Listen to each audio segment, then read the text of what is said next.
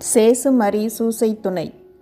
பயனில்லாத ஒன்றை அடைய விரும்பி அலைந்து திரிவதை விட கடவுள் அருளால் தமக்கு கிடைத்திருப்பதை வைத்து அமைதியான வாழ்க்கை நடத்துவதே மேல். அர்த்தமற்ற பேச்சுகளும் வார்த்தைகளும் மிகுமானால் ஏற்படக்கூடிய பயன் குறையும், பொய்மை மிகும். தம் வாழ்நாளின் இறுதி காலத்தில் என்ன நடக்கும் என யாரால் கூற இயலும்? எனவே இந்த குறுகிய வாழ்நாளில் தம் ஆன்மாவுக்கு நலமானதை செய்து வாழ்வதே நல்லது. இதை குறித்து சபையுரையாளர் பகுதியில் தூய ஆவி கூற கேட்போம்.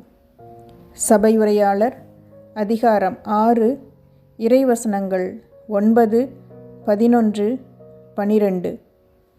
இல்லாத ஒன்றை அடைய விரும்பி அலைந்து திரிவதை விட உள்ளதே போதும் என்ற மன நிறைவோடு இருப்பதே மேல்.